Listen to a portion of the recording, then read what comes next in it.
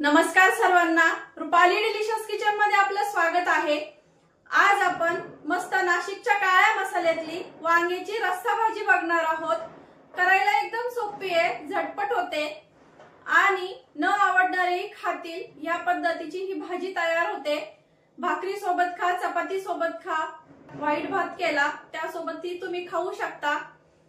तर मग रेसिपी समजून घेण्यासाठी व्हिडिओ स्किप न करता संपूर्ण बघा आणि चॅनलवर नवीन असाल तर चॅनलला पण सबस्क्राइब करा। तर मग आता चला जास्त वेळ न घेता आपण साहित्य बघूया आणि रेसिपीला सुरुवात करूया।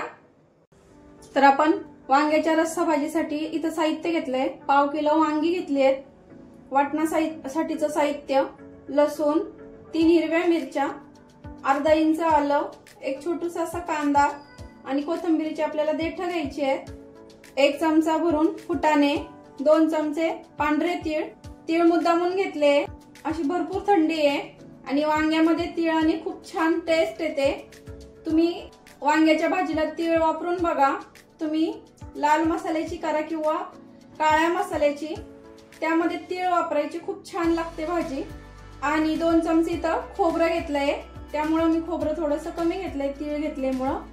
फोडणीसाठी जिरं, हळद, चवीपुरतं मीठ आणि नाशिक स्पेशल काळ्या मसाल्यामध्ये आपण आज मस्त काळ्या मसाल्यातलं वांग बनवणार आहोत।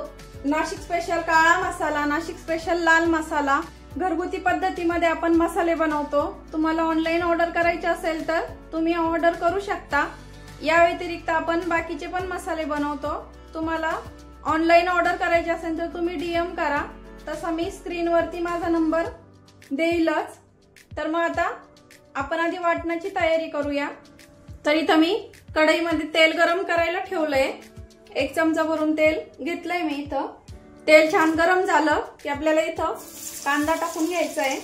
कांदा थोडासा लाल रंगावरती आला की आपल्याला खोबरं, तीळ आणि फुटाणे, लसूण, हिरवी मिरची, आलं हे छान परतून घ्यायचंय आपल्याला लाल रंगावरती। मस्त असं खरपूस असं। मी सर्व एकत्र का टाकलं कारण की माझं वाटण थोडंसंच आहे, त्यामुळे मी सर्व एकत्रच टाकलंय। तुम्ही खूप जास्त प्रमाणात करणार असाल सिंगल पदार्थ घेऊन परतून काढले तरी चालतील। मी हे 3 लोकांसाठी करते भाजी। तर आपलं सर्व साहित्य छान परतलंय असं छान लाल रंगावरती। आता कोथिंबीर टाकायची आहे सर्वात शेवटी, म्हणजे देठं टाकलीत मी फक्त कोथिंबीरीचे। आणि इथं गॅस बंद करते, खूप जास्त काळं नाही करायचंय आपल्याला हे। आता हे काढून घेऊया आणि पूर्ण थंड करायचं आहे आणि मिक्सरला पूर्ण बारीक वाटायचं आहे, फाईन पेस्ट तयार करायची आहे। थंड होतंय तोपर्यंत आपण वांगी कट करून घेऊया। तर हे बघा असं एका डिश मध्ये काढून घ्यायचंय, म्हणजे जेणेकरून पटकन थंड होईल। आता वांगी कट करून घेऊया। आता वांगी आपल्याला साईजनी एकदम अशी खूप छोटी नाही किंवा खूप मोठी अशी घ्यायची नाहीये, कारण ही खूप जास्त बारीक घेतली तर ती थोडीशी कडवट लागतात म्हणून, आणि खूप मोठी घेतली तर ती थोडीशी निब्बर झालेली असतात म्हणून। ही अशी मध्यम आकाराची घ्यायची, म्हणजे कोवळी असतात आणि खायला पण छान लागतात। तर आपण आता कट करूया। तर 4 भागामध्ये मी कट करणार आहे, म्हणजे पूर्ण कट नाही करायचंय आपल्याला, थोडंसं ठेवायचंय। हे बघा अशा पद्धतीमध्ये आपल्याला वांगी कट करायची, म्हणजे छान मसाला भरता येतो। आणि लगेच पाण्यामध्ये टाकायची आपल्याला वांगे, नाही तर काळी पडू शकतात। तर आपण इथं वांगे कट करून घेतले आणि पाण्यात पण टाकले, त्यामुळे ते काळे पडणार नाही अजिबात। आणि वांगी कट होईपर्यंत मसाला पण छान थंड झाला होता, त्यामुळे मसाला पण म्हणजे वाटणाचे जे पदार्थ आपण भाजून घेतले होते ते थंड झाले होते, ते पण काढून घेतले। आता आपल्याला एका ताटामध्ये काढून घ्यायचे। तर आता एका डिश मध्ये हे वाटण काढून घेतलंय। वाटण वाटताना जास्त पाणी वापर करायचा नाही, जास्त पाण्याचा, थोडंसं लागेल म्हणजे लागेल एवढंच आपल्याला पाणी इथं वापरायचं आहे, जेणेकरून वाटण असं पातळ होणार नाही। आता सुके मसाले टाकून घेऊया। हळद पाव चमच्याला ही कमी टाकली आहे, चवीपुरतं मीठ घेतलंय ते पूर्ण टाकायचंय आपल्याला इथं। आणि हा आमचा घरगुती काळा मसाला आहे, आदिराज मसाले, नाशिक स्पेशल काळा मसाला। या एका मसाल्यातच आपण वांग्याची भाजी करणार आहे, रस्सा भाजी। तर आम्ही इथं 1 चमचा भरून, मोठा चमचा भरून एक टाकते, तुम्ही कमी अधिक करू शकता। तर आपल्याला आता हे वाटणामध्ये मसाला मिक्स करून घ्यायचा आहे पूर्ण। थोडीशी कोथिंबीर टाकूया। तर हे बघा सगळं असं छान मिक्स करून घ्यायचंय आपल्याला। कुठला दुसरा मसाला मी इथं वापरलेला नाहीये। रंग बघू शकता किती छान आलाय आणि सुगंध पण खूप छान येतोय। आता वांग्यामधलं पूर्ण पाणी काढून घ्यायचंय आपल्याला आणि आता हे वांगीमध्ये आपल्याला मसाला भरून घ्यायचा आहे। तुम्हाला चमच्याने कम्फर्ट वाटत नसेल तर तुम्ही इथं हाताने पण भरू शकता। गच्च वांगे भरायचे आहेत आपल्याला पूर्ण। छान असं दाबून दाबून मसाला भरायचा, जेणेकरून वांग एकदम असं छान चविष्ट तयार होईल। हे बघा या पद्धतीने आता मी सर्व वांगी भरून घेते। तर हे बघा सर्व वांगी तर मी भरून घेतली छान अशी गच्च भरून अशी। हे बघा तर कढईमध्ये इथं मी 4 ते 5 टेबलस्पून इथं तेल टाकून घेतलंय। तेल छान गरम झालं की अर्धा चमचा जिरं टाकायचंय आणि मसाला भरून घेतलेले जे वांगे आहेत ती ठेवायची आता याच्यामध्ये।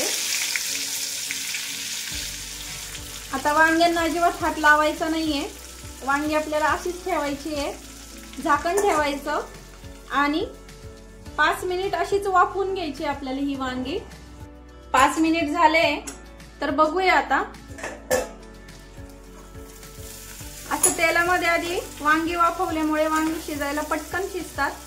हे बघा थोडीशी अशी मऊ झाली आहे। आता उरलेलं वाटण पण आपण याच्यामध्ये टाकून देऊया।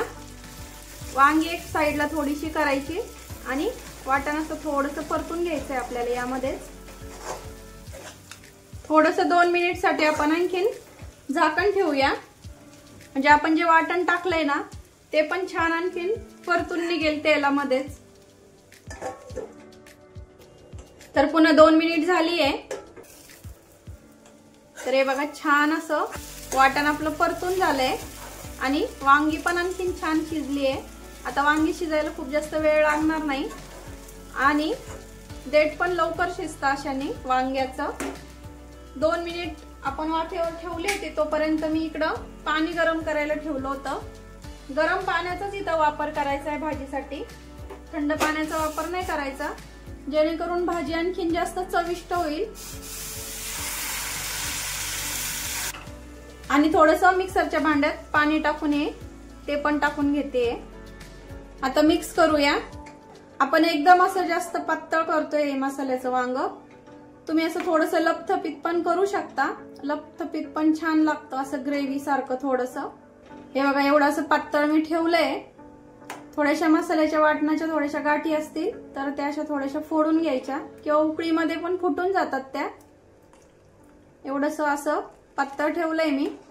तर आता आपल्याला हे वांग छान 15 ते 20 मिनिट उकळून घ्यायचंय, जेणेकरून आणखीन छान शिजेल।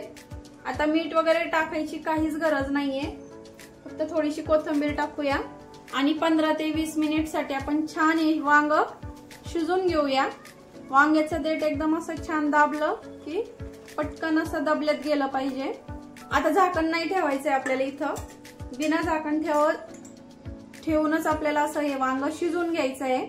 आता पुन्हा 15 ते 20 मिनिटांनी पुन्हा भेटूया। तर आपली भाजी इथं तयार झालेली आहे खाण्यासाठी। आता सर्व करून घेऊया आणि तर्री वगैरे तुम्ही बघू शकता, छान अशी तर्री आली आहे, कारण आपण भाजीला असं गरम पाणी वापरलंय। वाटणामध्ये तीळ घातल्यामुळे पण आपल्याला वांग्याच्या भाजीला छान तर्री येते आणि एकच मसाला वापरलाय। तुम्ही रंग बघू शकता किती छान आलाय। आता सर्व करून घेऊया। तर काळ्या मसाल्यातलं आपलं वांग इथं खाण्यासाठी तयार आहे आणि वांग्यामधला तुम्हाला मसाला पण दाखवते मी। हे बघा आहे तसाच आहे, कारण आपण आधी 5 मिनिटांसाठी ते छान तेलामध्ये वाफून घेतलं होतं, त्यामुळे तो मसाला आहे तसाच रश्श्यामध्ये भरलेला राहतो। यासोबत तुम्ही भाकरी, चपाती किंवा नुसतं भातासोबत पण खाऊ शकता ही भाजी। भाकरी बरोबर तर एकच नंबर लागते ही भाजी अशी मसाल्यातली, काळ्या मसाल्यातली। तर मग साध्या सोप्या पद्धतीमध्ये सांगितली आहे भाजी तर आवडलीच असेल, त्यामुळे कमेंट मध्ये नक्की सांगा, कमेंट करा, म्हणजे मला आणखीन जास्त रेसिपी करण्यासाठी उत्साह येईल आणि जास्तीत जास्त माझी रेसिपी शेअर करा। रेसिपी तर आवडलीच आहे, त्यामुळे लाईक शेअर सबस्क्राईब करा आणि रेसिपी जास्तीत जास्त शेअर करा आणि न आवडणारेही आवडीने खातील अशी आपली भाजी तयार झालेली आहे। त्यामुळे रेसिपी नक्की ट्राय करा, कारण घरचं जेवण आहे खरंच स्वादिष्ट असतं। अशाच नवीन छान छान रेसिपी सोबत पुन्हा भेटूया। तोपर्यंत अशी छान वांग्याची भाजी करा, कमेंट मध्ये सांगा। तोपर्यंत बाय बाय।